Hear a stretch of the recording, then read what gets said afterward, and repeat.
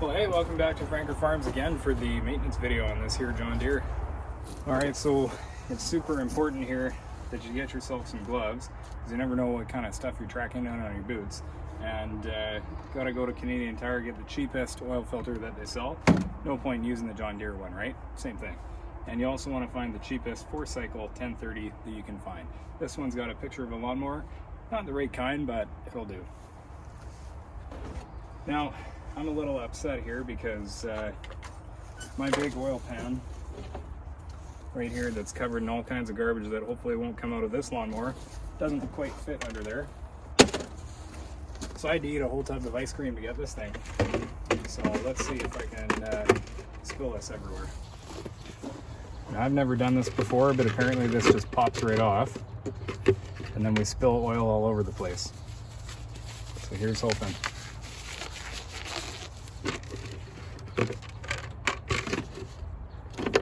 Oh, just like that.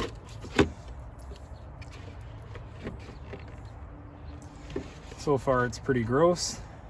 This thing's got 7.2 hours on it. I guess I lied. And it's supposed to be changed at 5 for its first service. But I didn't quite have enough time to do that until now. So we'll wait until this one drains out. And I do have a pretty awesome maintenance tip for you guys there at the end of here, and how we're going to get a little bit more horsepower out of this engine.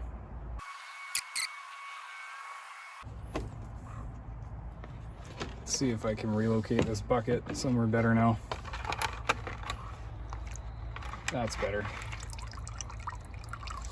That'll just lubricate the electrical wires, it's fine. So while that's draining out, let's go have a peek at the other side. So here's the John Deere oil filter there. It probably costs $60 million, but if you're as cheap as I am, you know, you just got to save money sometimes. So this here Fram says it's made in China. That's good enough, and by the looks of it, that'll screw right on there. So this one here is a PH8170.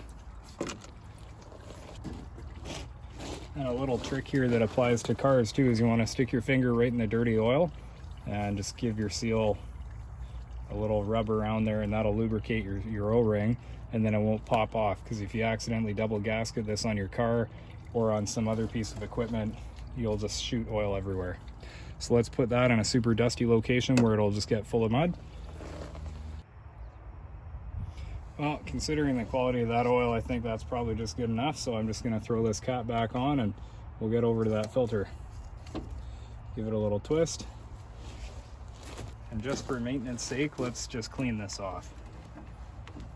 Perfect. Those wires are nice and lubricated now. That's probably, I bet you they designed it like that for a reason.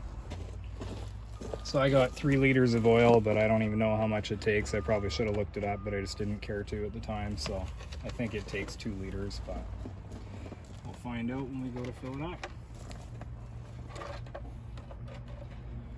All right, that should be good enough there. Let's take this off. Oh, of course they tightened it up to spec. All right, so because the factory put it on about 22.5 foot-pounds of torque too tight, we're just gonna rip into this filter. And I specifically wanted this kind of filter. I did not want that easy change, that easy oil change thing. Not my style.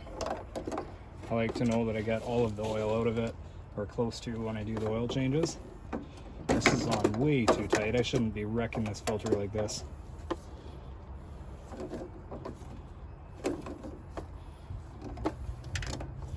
There we go.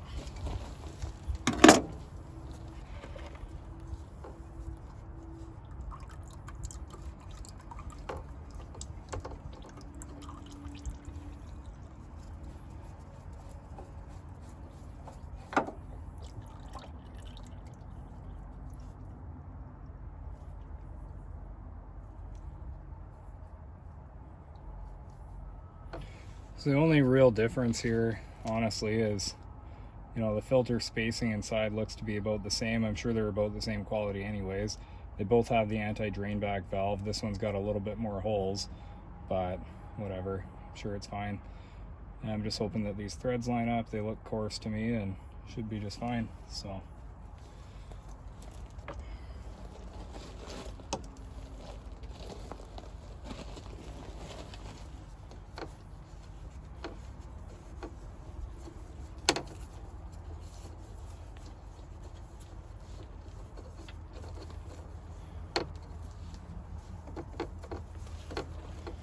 All right, so there is some dirt here that I want to wipe clean.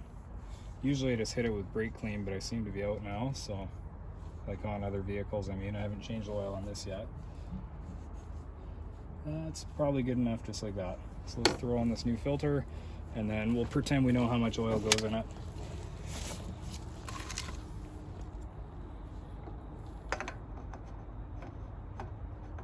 It's really important to cross thread it when you're doing this. There you go, just like that. I just tighten it up like that, that's good enough. All right, let's just throw a random amount of oil in here and hope that it works.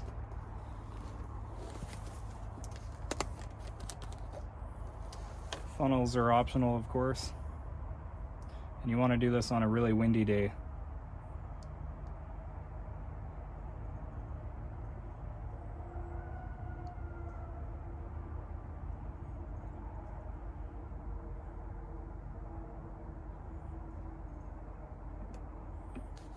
And it would be smart to read your owner's manual here. I think I'll just get on Google instead and figure out how much it takes.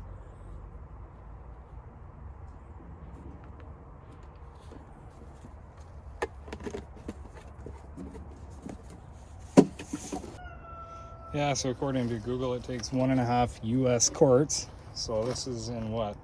That's in almost a liter, not quite. So that'll be fun. We'll just throw half in and see what happens.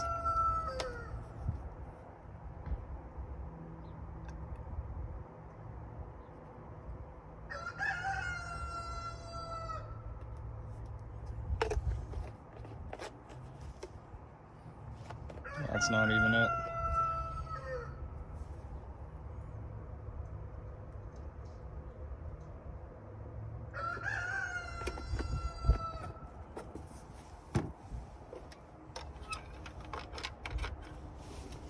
Okay, let's see if it explodes.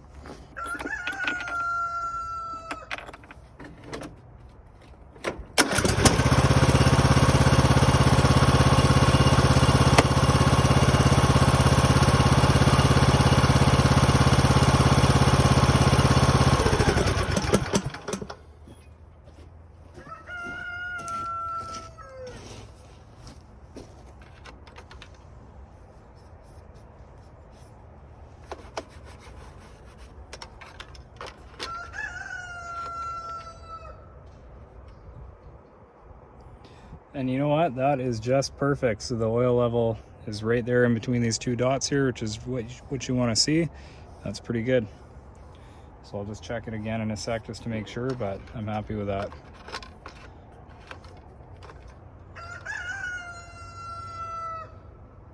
Yeah, good for me. So that's it, 1.5 quarts is what it takes roughly. And while it's running too, it is important to, you know, check for leaks and stuff. We don't have any leaks under here, and let's have a peek at the other side.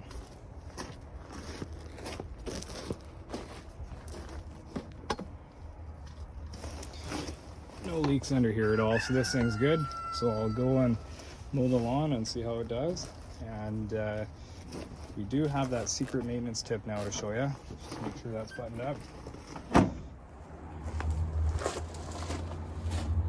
Alright guys, so you want your John Deere to perform better, what you got to do is get yourself a Case Ag shirt, get yourself one of these, and we'll just put that right on the back. And we're going to go faster, last longer, it'll be great. Just take our oily rag here so it sticks on really well. There we go. Real important to you know, mark out your lines and get it nice and level and all that.